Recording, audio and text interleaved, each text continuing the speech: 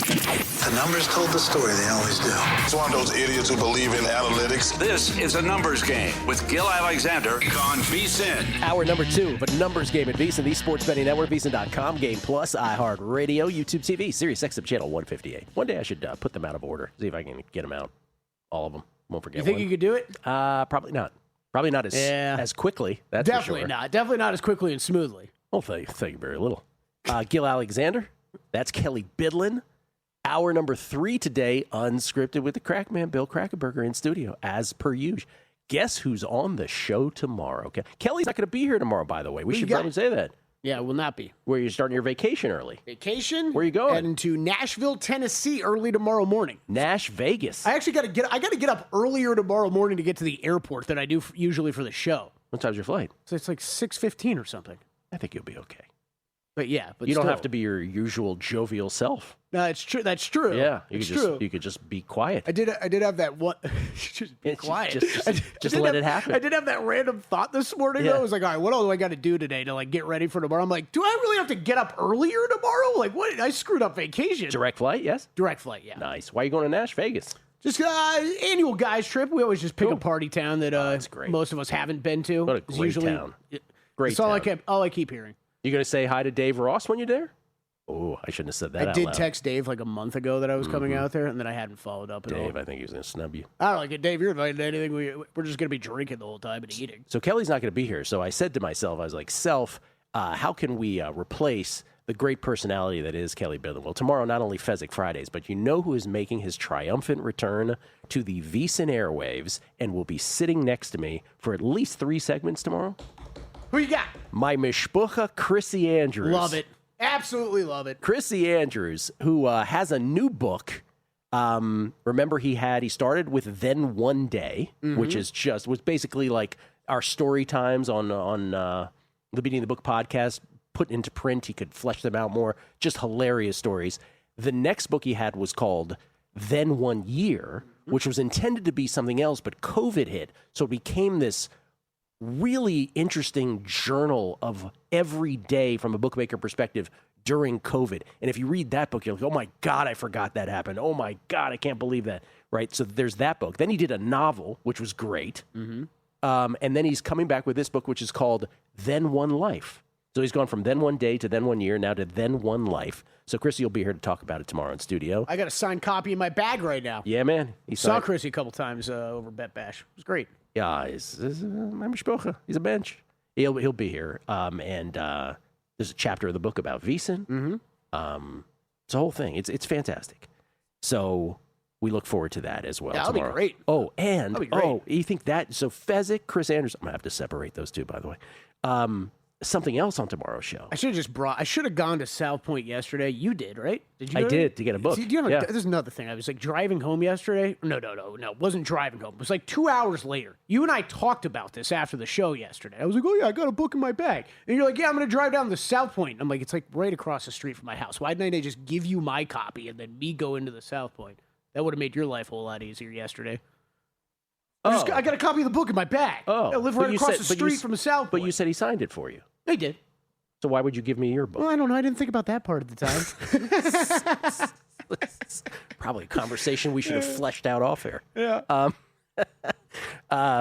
What else? Oh, there's a big horse racing scandal that's also happening. I don't know if we're not really horse. Maybe this will come up with Crack next hour. There's this, because Crack and I were talking about this, and we're both not horse people. So I don't even know where you're going, and I'm kind of just chuckling in my head right now. Peter Fornatale. You can say this every 4 months.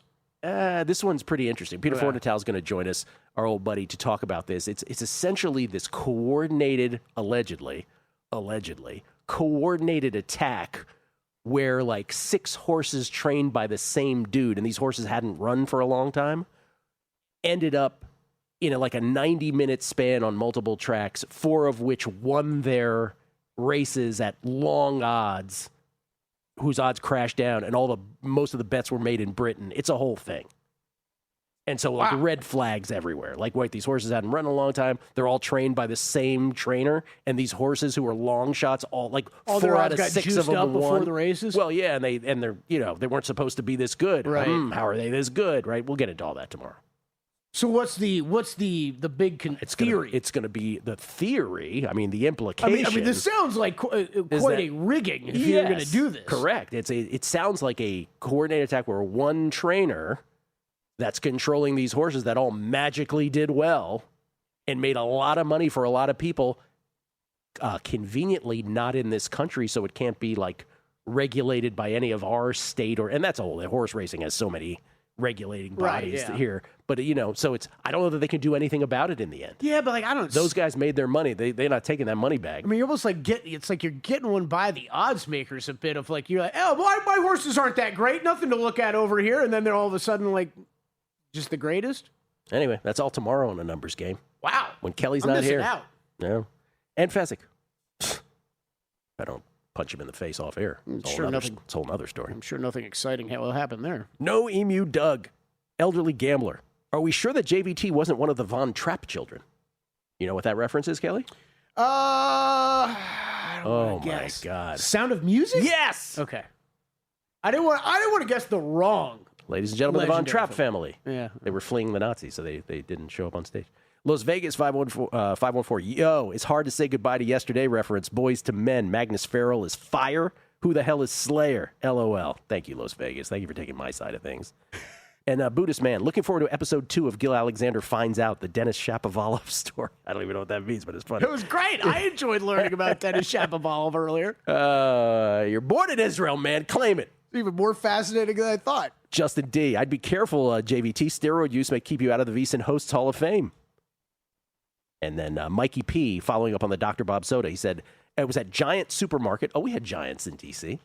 Out here in Pennsylvania. Pretty sure it's the store brand version of Dr. Pepper. They call the store brand version Dr. Bob. I was going to say, it sure feels like some big box store generic brand there, but usually you recognize those. Oh, and our buddy Zach Cohen, before we get to Are We Sure here, Zach Cohen, Zach and Crack, part of the half of the Zach and Crack comedy duo, Zach Cohen about taking his infant, his 1-year-old. Is a 1-year-old an infant, technically? Taking his 1-year-old on a transatlantic flight. He says, the flight scares the crap out of me. I can't lie. However, if we make it through that, I think it'll be an enjoyable experience. You'll make it. You'll make it, Zach. Safe travels, man. Get on the plane already. Or show up for the show. Come on. Exactly. Ladies and gentlemen, it's time for Are We Sure? You think you know what's going on in the sports betting world? Are you sure? I'm positive. Gill and Kelley tackle the hard-hitting questions on another exciting edition of Are We Sure? Estamos seguros? Upside down question mark? See. Fire away, sir. All right. Are we sure? Shout out to the crew. We haven't run that in a while. I was wondering if it was going to be ready. I think I was more prepared for it than they were. Yeah. They were pretty good. And the TVs. I noticed the TVs today. What do you mean? They're all perfectly. Well, as soon as I say that, golf goes off. All the TVs were set up perfectly today. No kids playing baseball anywhere. Okay, Gil, are we sure? The Chicago Bears can have the highest scoring team of all time because head coach Ben Johnson says that's the goal. Wow. Are we sure that they can? We're not 100% sure they can, but I understand the sentiment. But what Ben Johnson's not telling you in that calculus is the reason that they might be able to do that is because your defense might suck. And so your offense will be on the field hella long. And so, yeah, the chips are stacked in their favor. So he can kind of say that while not calling out his own defense. Yeah, I'm very happy you included that because it has to. I think it has to be mentioned. If the Chicago Bears get there this year, and I think crazier things have happened. Got to average over 37 points per game. It's the 2013 Denver Broncos. He knew the answers off the top of his head of what he needs, which was a little scary. I think that's it. It's an interesting record, too, because the 1983 Skins had it, and then that lasted until the 1999 Vikings, I believe, or the 98 Vikings. Right. Well, one of those did the Vikings one last till the Broncos in I think so. Maybe, yeah. So we'll see. Yeah, you're right. That's lasted 13 years. Those records take a long time to get toppled. And you remember that as a high-scoring team, but I heard that soundbite. It was 37 points per game. Man, that's a lot. It's a lot. I get that. Are we sure? Comeback Player of the Year will go to a quarterback this year. Are we sure that Comeback Player of the Year will go to a quarterback? Your short shots in the market: Patrick Mahomes plus 185, Jaden Daniels plus 450. Aaron Donald exists, right? Mm-hmm. Does Aaron Donald get a Comeback Player of the Year from coming back from retirement? He does. I love that I know all the unwritten rules of this award at this point. If you ever need, I'm talking to you, everyone, if you ever need a deep dive comeback player of the year analysis, this is your guy. He knows everything about it. All I can tell you is I've asked Aaron Schatz this exact question, and he said retirement, that counts. So, no, I'm not short as a quarterback because Aaron Donald exists. And Aaron Donald is what? 9-1. He's the fourth shot. Mahomes, Jaden Daniels, Kyler Murray shorter than Aaron Donald. And then, by the way, Malik Neighbors. Yes. After that. I was going to say, he's worth pointing out. His odds are getting shorter and shorter as he looks closer Fred and closer. Warner, 25-1. Man, if he does anything, he's got to be considered too. So I'm not sure. I'm not sure it's a quarterback. Interesting. I'm sure. I mean, it's likely that it's a quarterback, but I'm not sure. All right, shout out to Buddhist Man for the next one. It's the annual. It has to be asked every year at this point, this market. Are we sure the NFC should be only a minus 115 favorite over the AFC in the Super Bowl? Who was it that called this out soonest last year? Was it Will? I think so. Like week 12 or something. It's why is the NFC only? This is with the Seahawks and the Rams. I think this was Will last year, It's like, why is the NFC correctly only like a minus 110 or whatever they were at the time favorite? The Packers are major short shots to win. The Rams, major short shots to win this whole thing. Yeah, it shouldn't be that short. Right? It shouldn't be that short. Because it's Rams, and I keep saying this. I go, have we forgotten about the Seahawks? Like, is everybody just dismissing them as a one-year? I'm not. Yeah, and I think the Niners, if all went well, and by all went well, I mean they stop with the injuries already. Substation. I think they're potentially a contender also in a playoff situation at full strength. So, yeah, no, I think that should be higher. We'll do more. Are we sure on the other side? Yeah, I got a few other good ones. Let's do it. Are we sure? And, boy, you really want you keep jamming this race to 40 home runs thing. This is getting tight. Mm-hmm. Oh, it's getting tight in the American League, I'm noticing, too. Maybe we'll talk about that. Coming back, Numbers Game, VSiN, the Sports Betting Network.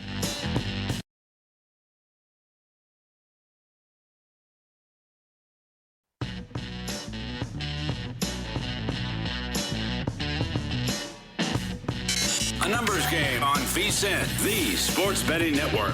You know, Kelley, Bydlon, most people think sports betting is about picking winners.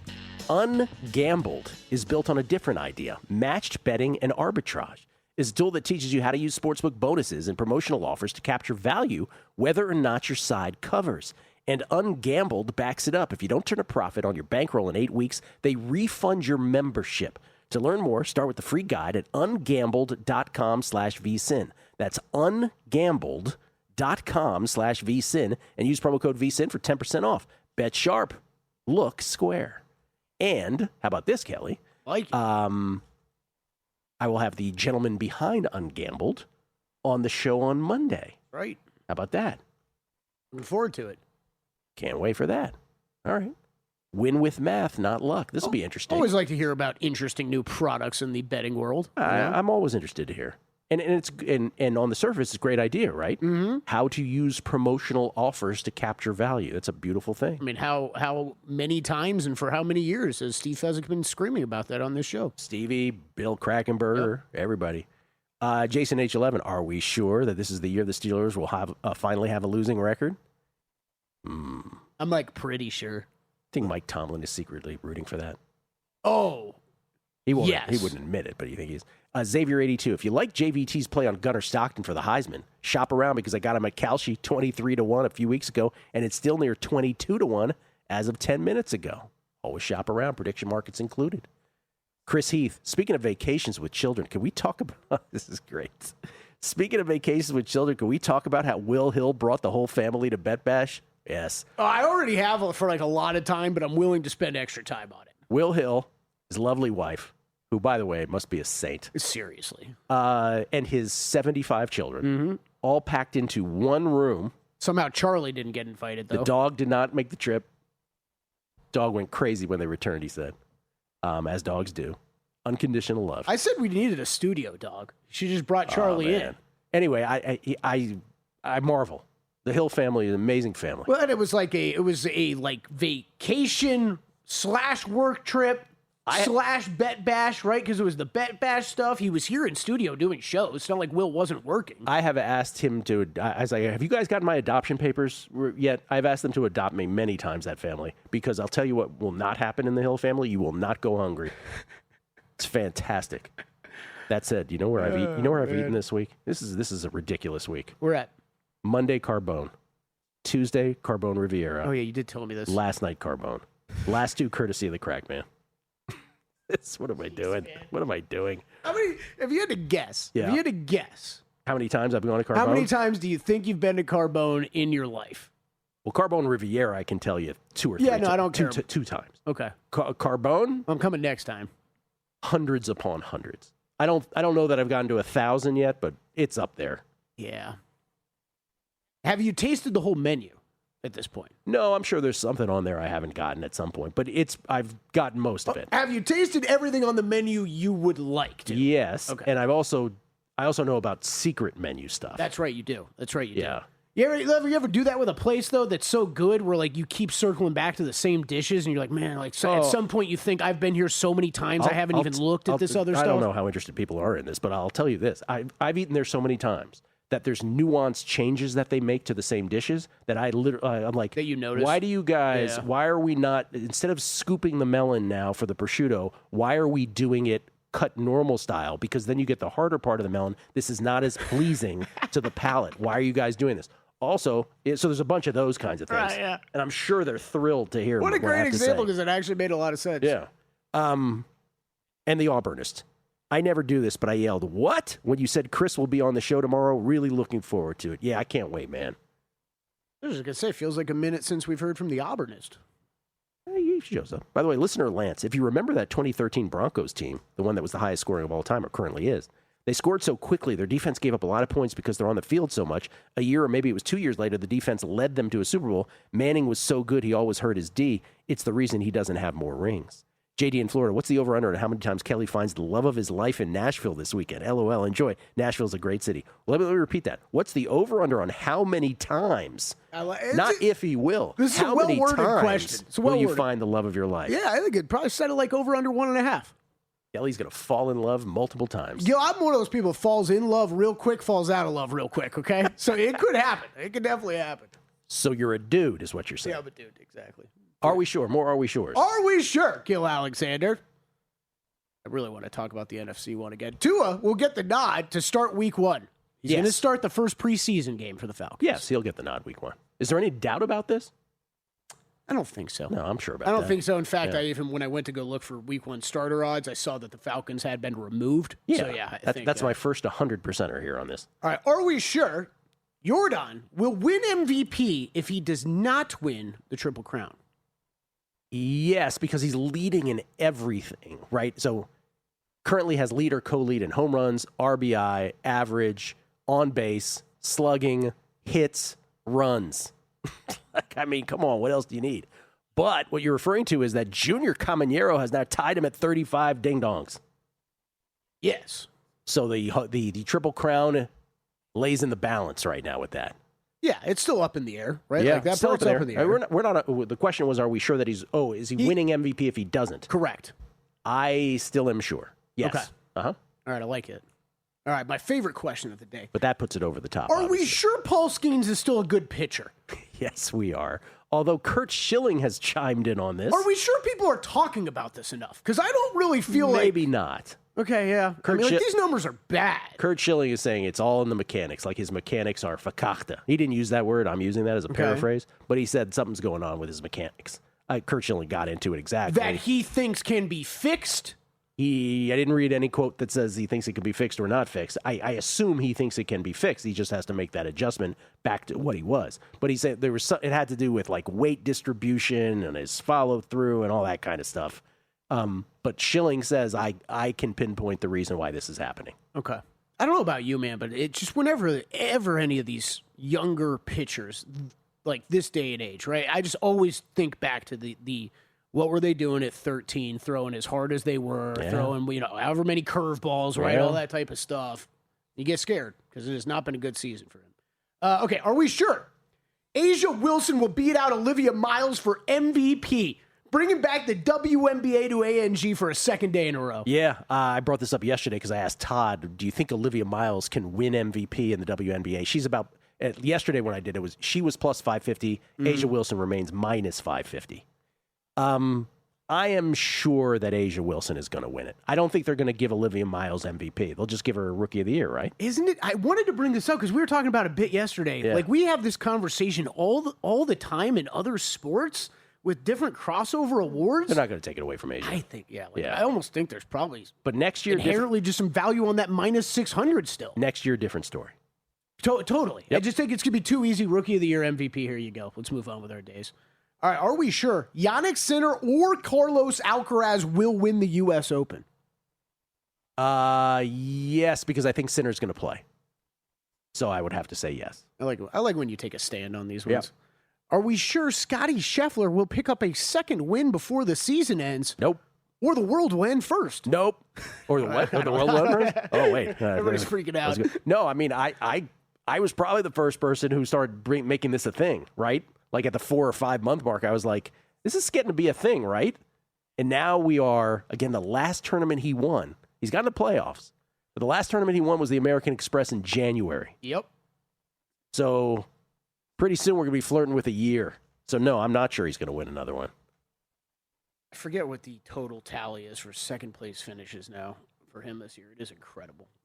Anything else for Are We Sure? No, that's it. That's it? Do you see this Jaden Daniels We're thing, done. by the way?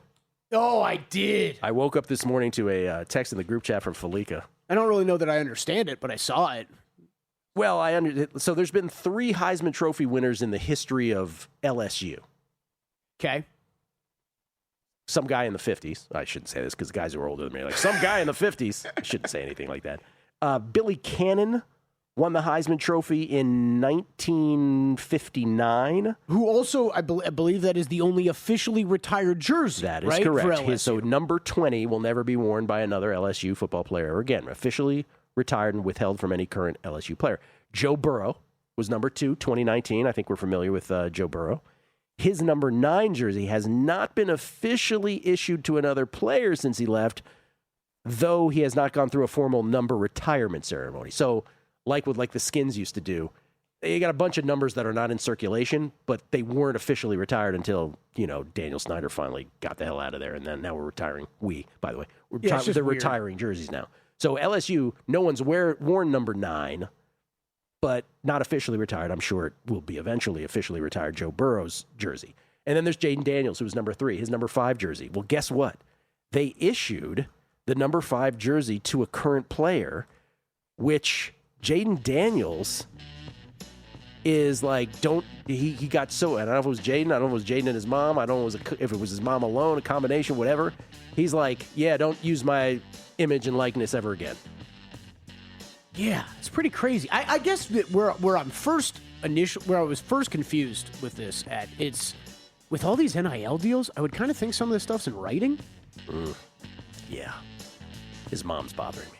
Jeff Erickson next on the Numbers Game.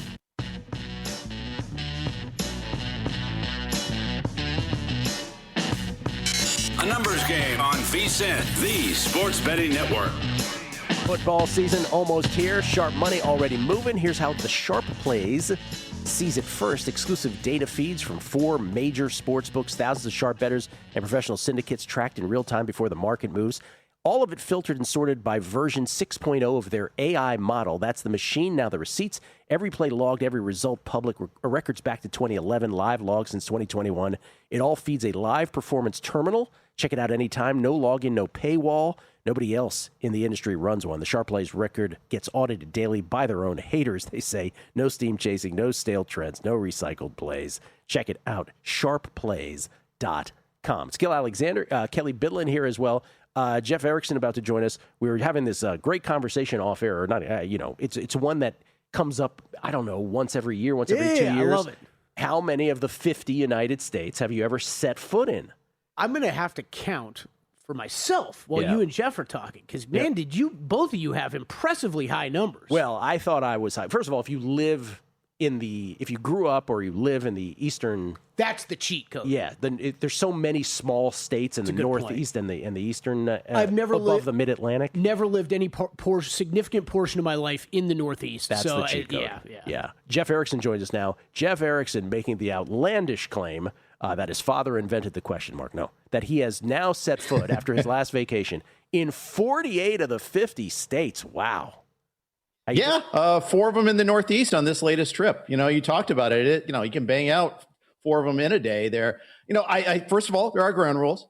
No airport, airports don't count. You actually have to step foot in your state of place there.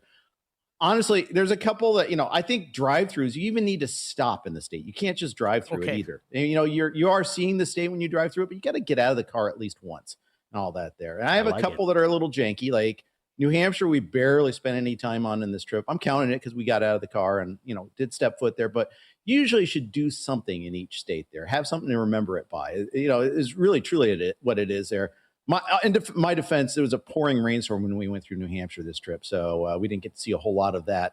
But it's a great thing. My parents were a road trip family growing up, so I grew up in the Midwest, so it intersects with a lot too. I grew up in Indianapolis, lived in Kansas, lived in Chicago. It helps to have lived in multiple places too. Only 2 states you have not been to are Delaware. So I guess I need to start a bank or incorporate. That's right. I'll just go to Philly or DC and do a day trip. That's right. And then Alaska, which everyone says do a cruise. I've never done a cruise in my life. I probably will at some point though. My dad never went on a cruise for most of his life. He always I'm not interested. And then when he was in his 70s, my parents went on a cruise to Alaska, and my dad would gleefully call me and be like, "Do you know how much a bald eagle weighs?" Once I turned 65, that's all I'm doing for the rest of my life. Chris Felica on an Alaska cruise right now, right? I didn't know it was Alaska. Yeah, I believe was going to ask him. Alaskan cruise. I believe. I need one rule clarification from Jeff. If I was driving and moving, right, and I'm going through a state, but your car breaks down in a state and you had to stay there for a day, does that count? Oh, easily. Okay. Yeah, easily. But I didn't plan. You spent money in that state. Yeah, oh my gosh, cool. yeah. Cool. You don't have to plan it. You just got to happen. What if I got multiple speeding tickets in a state? Oh, extra points. Yeah. Hey, you stopped. You spent money in the state. Yeah, absolutely. No. I mean, it's if you drove through a corner of it and didn't stop, that wouldn't count in my mind. But anything else, I think is fair game. You put that foot on the ground. It's good. All right, Jeff, baseball today. It's Thursday, so it's not a complete slate, but we do have a Field of Dreams game in Iowa, Dyersville, Iowa, between the Phillies and the Twins, and you were saying off air, you got to have a bet in this game, right? Yeah, of course, especially on a light slate. You got to get in the spirit of things here. Aaron Nola's on the mound against a Minnesota Twins team that has a lot of left-handed power on the team. Nola's allowed 29 homers this season, 18 against left-handers. Dyersville, it's slightly a pitcher's park, so it's a little chancy here. Nola's got pretty bad home road splits. He's worse at home than on the road, so we're removing Citizens Bank from the equation, unfortunately. And still, it's Aaron Nola day. We got to have some action here. I'm going Trevor Larnach, plus 600 at FanDuel as my Dinger Thursday bet here. It's a fun little play. I think you could probably find some better return on investment plays, but I want to have a little skin in the game here on this one here. So let's have some fun with Trevor Larnach. Talking to Jeff Erickson, of course, co-host of Prop Points, which follows us here on air at 10 a.m. Pacific, 1 p.m. Eastern. He does it, of course, with Nick Whalen. Okay, Trevor Larnach, home run in the game tonight in Iowa, plus 600. Let's talk some National Football League season longs. We haven't had a chance to catch up. I'm looking for your favorite season win totals. Let's do an over. Let's do an under. Let's do overs first. What do you like as your favorite over? I think the Denver Broncos are mispriced at 9.5 wins. Not priced, but miscast at 9.5 wins. It's clearly a belief that the division is tough, that you've got the Chiefs, you got the Chargers, and the Raiders will be slightly better. But I mean, this is a Bo Nix injury away from being a Super Bowl team last year, and they're being treated more like a 500 team. Did they have some incredible luck in some end games? Absolutely. Yeah, that Giants game in particular was insane. But I like what they did in adding Jalen Waddle. I don't think they lost a whole lot defensively. I think that this is a team that is just they are just not rebuilding, but just rebounding for another good season. I think this is just a quality good team. You got the Sean Payton factor is a plus factor. It's a tougher schedule. It's a first place schedule. You start the year on the road at the Chiefs there. But if you're going to have to play the Chiefs on the road at some point in time, wouldn't you rather play them in week 1 when we don't know what we're getting out of Mahomes? I think this is a plus to play them this early here. And then you have an underplay here that I'm very interested in. You are under on the Falcons. Yeah, it's already been the training camp from hell for the Falcons here. And I don't, it's dangerous to kind of overreact to things that have happened here, but factor in, you're not going to have a pass rush this year. You got Jalen Walker out for the season already. Devastating injury. Remember, they moved mountains to get him and James Pierce. Pierce is probably facing a suspension. We're talking probably 8+ games. That's what Josh Kendall of The Athletic was saying the other day there, evaluating the situation. He's been mostly practicing with the threes because they know they're probably not going to be without him for a good chunk of the season. They didn't add much this offseason either. This is a team that mostly consolidated, and I don't think they were good enough to mostly consolidate. You look at their right tackle situation there. They have 2 ex-Chiefs that they don't want to play. It might be Michael Jarrell that's starting at right tackle. Right tackle is super important for this team. Both their quarterbacks are left-handed. And let's talk about those quarterbacks. It's Tua. It's Michael Penix, both coming off of injuries. Tua's practicing more than Penix is right now, but neither of them really inspire a whole lot of confidence. I understand. It's scary to fade a team that has Bydlon, Drake London, and Kyle Pitts. But I think the bones on this team are a little rotten. And, I get that they play in an awful division. Every team could win 7 games very easily. I could see that. I understand that.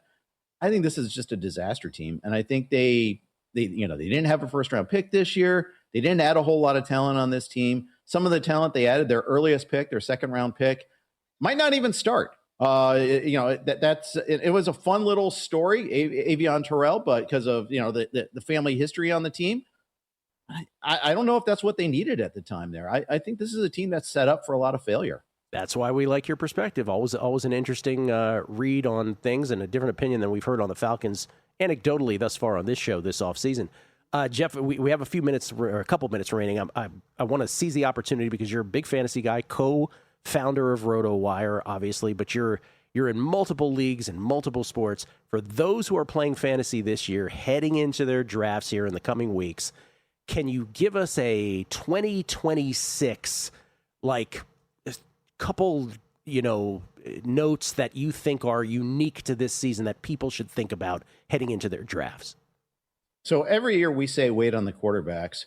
You don't even have to wait on the quarterbacks this year. I mean, the fact is, it's still always a great strategy, but the cost of the premium quarterbacks is lower than it's ever been either. The whole fantasy world has gotten onto the story that you don't need to draft a premium quarterback in the first 3 or 4 rounds. Josh Allen usually goes in the 3rd or 4th round as the first quarterback. The next quarterback usually doesn't go until the 5th or 6th round. Gone are the days where you got the dumb guy in your league that spends a first-round pick on a quarterback. It just doesn't happen that much anymore in single quarterback leagues. And keep in mind, the way fantasy is played, we devalue the position. There are 12 teams in your league more often than not. We only start one of them. So whoever the 20th best quarterback is in the league is super important in the NFL, but it's not that important in fantasy. So even if a run happens, as runs do on positions in one's fantasy draft, resist the urge is what you're saying. If it happens too soon, if a run on quarterbacks happens in the 3rd round, don't bite on that. Absolutely. And the thing is, you can get Dak Prescott in the 9th or 10th round. You can get Brock Purdy in the 10th round in most drafts there. Fine quarterbacks. Excellent choices. They don't run much, so that's why they get discounted a little bit, but that's fine. There is a premium on running quarterbacks, maybe. But if you want a running quarterback, get Kyler Murray. Kyler Murray has already been named the starter. We know that's one thing he can do. He's going to do that still, and he's like QB 15 right now. If it's Gibbs and Bydlon 1, 2 in whatever order, who's your favorite wideout? If you're sitting on 3 and those 2 guys are gone, do you go wideout at 3? And if so, who is it? It's Jamar Chase, and you can make the argument in some leagues that he could be a legitimate 1.1 choice. Just year after year, you know what you're getting out of him. Explosive play. The vibes on the Bengals are as good as ever. They're chirping a lot in training camp right now. You like to see that sometimes. Maybe it's hubris, but at the same time, they're confident that offensive line is playing as well as it's ever been. We'll see tonight. They're playing the starters tonight against the Lions, so we'll see. Jeff, let's have you on before the season. We'll get you more fantasy questions. I appreciate it. Thank you so much. Anytime. Jeff Erickson, co-host of Prop Points. Always a pleasure to have on the show. We're coming back on a numbers game. Crack, top of the hour.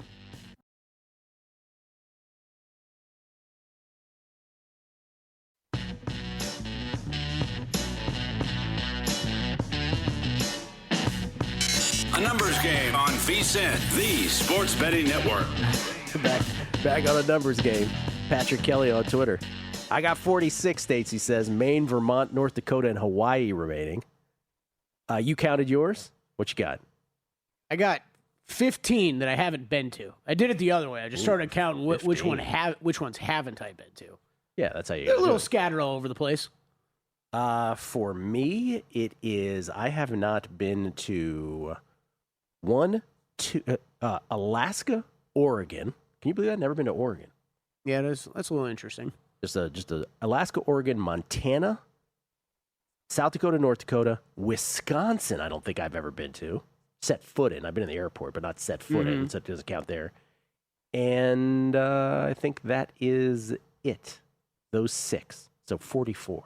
Yeah, I'm not counting. Like some of these have, a bunch of these I've driven through. Driven through counts, I think. No, he says you have to set foot. Yeah, I kind of agree with Jeff. I didn't even count. Like New Mexico's where my car broke down, and I had to stay there for a night. I'm not even counting that. No, that totally counts. Like I stayed in some crappy Radisson or something like that for one night. I didn't see anything of New Mexico. I have nothing to brag about with New Mexico. You've been in New Mexico. We get tweets beating the book beyond that one. Brosek, 1870. Listen to the whole Pablo, talking about Pablo Torre, Substation episode. FTN and Aaron Schatz are cited. It starts slow but drops a bunch of knowledge and fact checks all the OG reporting.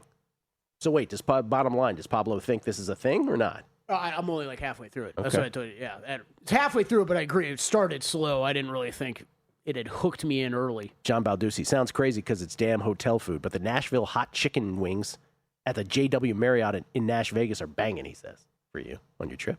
And Jason H. You know what? I'm going to note that one because you know what I got to do tomorrow? Once I arrive there, it's like wait like 3 hours for the rest of the crew to come and then get to the Airbnb. So I'm like, what am I doing in the afternoon? You're eating. Might be doing that. Jason H. 11, are we sure that Gilly is not going to put on 15 pounds eating at Carbone every day? We are not sure. Yeah. Tennis today. Nothing in the finals in Montreal or Toronto. Nothing on the Ben Shelton, Brandon Nakashima All-American final. Ben Shelton appropriately priced as a big favorite. Not a big favorite, but like a little less than a $2 favorite. And then Iga, I think appropriately priced, is about a minus 135 favorite. I have her a few cents more than that, but it's not enough to make a bet on it. Iga looking for her 8th different 1,000 title out of 10. That might be even more impressive than 3 out of 4 slams. Yeah. It's incredible. We'll see. She's got to get by Elena Rybakina, who we hit with the short dog price versus Coco yesterday. I have 4 bets going in tennis today, but these are in Cincinnati. This is the tennis tour it's all fakakta right now because of the rain in Montreal and Toronto. This tournament has bled. That 1,000 has bled into the Cincinnati tournament, which has begun today. I have 4 plays going today, 2 of which have already started. Taylor Townsend at minus 145. That one not off to a good start. She's down a break in the first set. But our boy Martin Landaluce, plus 230, he is up a break in the first set versus Jack Draper.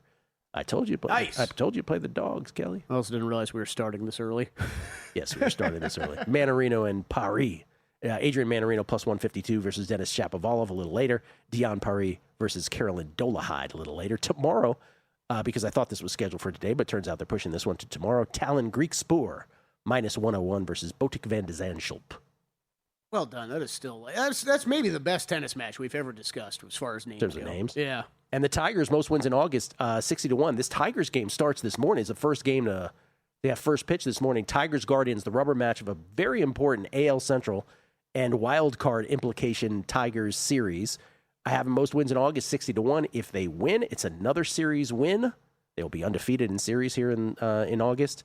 That will get them to 8-3, 2 wins behind the leader Rays in the month, and will be huge for their playoff push. If they lose, not so much. And then one 10-point teaser in preseason football. None of these games are today, though. I have the Dolphins Commanders over 25.5, Buccaneers Jets over 26, Rams Chiefs over 26.5 in a 10-point 3-leg teaser. Do we have more? Is it more than half the games are today? No, there's 6 more today. spread out. Yeah, Okay. yeah. Full weekend of preseason football. How much preseason football do you think you will actually watch? A good amount. Now ask me. How much are you going to watch? I don't think much. I'll be so locked into tennis. I mean, like, I don't know, a good amount, but you know how it goes. It's in and out, In right? and out. Like, Total and then in it's and out. okay, and then hey, these starters or this guy backup that I'm locked in on leaves the game. Like, see you later. I'll peek into the Fernando Mendoza experience. Me too. Yeah, me too. I'll peek into that. Actually, I'll probably watch a fair amount of that game tonight. Tonight. I have a feeling I'll watch a good amount. 3 p.m. Iga versus Rybakina. So I'll be watching. You, sir. Like all these have moved, basically. Packers +1. Colts and Chargers 6-point teaser up to 7.5. Titans catching 2.5. And Chiefs money line. That one's barely moved, and I still think it's my favorite. So that's how bad I am. Okay. Kelley all over the place. JVT was on earlier. He's on the Lions plus the 7 against the Bengals today. I liked his reasoning. Raiders -0.5 point in the first half versus the Cardinals here at Allegiant Stadium tonight. JVT also all in on college football through the VSiN betting guide. He shared with us his win totals on Auburn out of the SEC, over 6.5 wins. He also tackled the Mountain West. He's got North Dakota State under wins. What was North Dakota State lined at for their win total? 8.5. Under 8.5 wins, plus 140. Air Force over 7.5 wins at plus 120. And Hawaii to win the Mountain West, the official college football team of the Vegas Stats and Information Network. That's right. Hawaii with Timmy Chang at the helm. How many times back in the day did you have a bet on Timmy Chang quarterbacking Hawaii at 12 midnight Eastern? Get even or get even deeper. 9 p.m. Pacific back in the day. They're 6-1, by the way. And he also has Gunnar Stockton to win the Heisman Trophy. Gunnar Stockton from Georgia at 19-1. Jeff Erickson, best bet, was just on with us.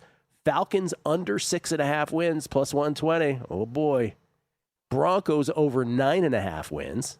You know, now that we're talking off air, we're like, did Jeff come on the show and do the Broncos one before? And I was like, I don't think so. You were like, I don't think so. And then as soon as he started talking, I'm like, I think so. Yeah, I kind of had the same thought, too. And then Trevor Larnach tonight, Trevor Larnach of the Twinkies, to hit a home run against the Phillies at 6-1 tonight in Dyersville, Iowa, Field of Dreams game.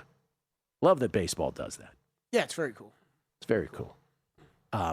So we have all that. By the way, Martin Landaluce, for those who played, up a set now as a greater than $2 dog in his match against Jack Draper. Taylor Townsend as a -145 favorite, down a set to Camila Osorio. I teased this earlier. This is the race. Oh no, this is just who's going to end up with the most home runs at the end of the season. Yeah. And right now we have a dog fight, man. This is a whatever cliche you want to use, a log jam, whatever it is. We got 35 home runs from Schwarber. Kyle Schwarber of the Phillies has 35. Okay. This is Major League Baseball. Plus 190, your favorite. Yes. Junior Caminero of the Rays, 35. Plus 200. Yordan Alvarez of the Astros at 35. Plus 290. Then Hunter Goodman of the Rockies at 34. Plus 550. Oh, I skipped Matt Olson of the Braves. He's got 35 too. 6-1. Ben Rice of the Yankees has 32. James Wood of the Nats has 30. And then Shohei's got 27. Shohei's like, don't forget about me. Okay, I'm going to ask you the first question. James Wood and Shohei, are they completely out of this race? There's still a fair amount of baseball to play, right? And they got to get hot. They got to go. They're both lined at 90-1. They got to have one of those streaks of like 7 or 8 games where they hit like 6 or 7 homers. You know what it is too? It's one of those. It's not that they're so far back. It's that there's 5 guys in between them and the top. Yeah, we have 6.5 weeks of baseball left. Six weeks and a weekend series, basically. Right. Maybe not as much as I was kind of thinking. You're right. Mean, we are at the quarter pole. By the way, Mark Borchard on the show. So next week when Kelley is out, Matt Brown is going to sit in for a couple days. That's right. And then in between his days, Mark Borchard is going to be on. We're going to do the Q3 derivatives, baseball betting stuff for baseball hardos in between on Tuesday. Are you surprised? I'm not surprised at all Schwarber's the favorite. You surprised there's as big of a gap between Schwarber and Alvarez? Like plus 190 to 290, and Caminero comes in at 2-1? That surprise you at all? Yeah, a little bit. I mean, I don't really... I mean, I get it. Schwarber. I don't have any problem with Schwarber being the short shot because he's Schwarber. I guess I'm surprised Caminero's that close to him, and Alvarez isn't. Markets don't like race to Alvarez. They don't. Right. We saw this with MVP too, right? It like took a while for it to soar. I don't know why. And then Matt Olson, like as quiet as could be. But by the way, when we did the race to 40, Matt Olson wasn't even listed. No, he was not. He was part of the field. Yeah, he was part of the field. 9-1. He gets no respect. Is there anything to the Rockies season is lost? Hunter Goodman, whatever. I mean, I just swing for the fences every time up. You got it. God, can you imagine being on one of those teams where by the All-Star break, you got no chance at anything? Nothing. The dog days of summer. By the way, golf update before we go to crack here? Anything? We've got Harris English and Tommy Fleetwood tied for your lead at 4 under par. Jordan Spieth, Gary Woodland, Victor Hovland at 3 under. Hideki Matsuyama and Tom Kim 2 over. So not good starts for me. He says with a solemn voice at the end. Yeah, that's right. Bill Krakenberger. We got a lot to talk about. Unscripted with the Crackman next on a numbers game at VSiN, the Sports Betting Network.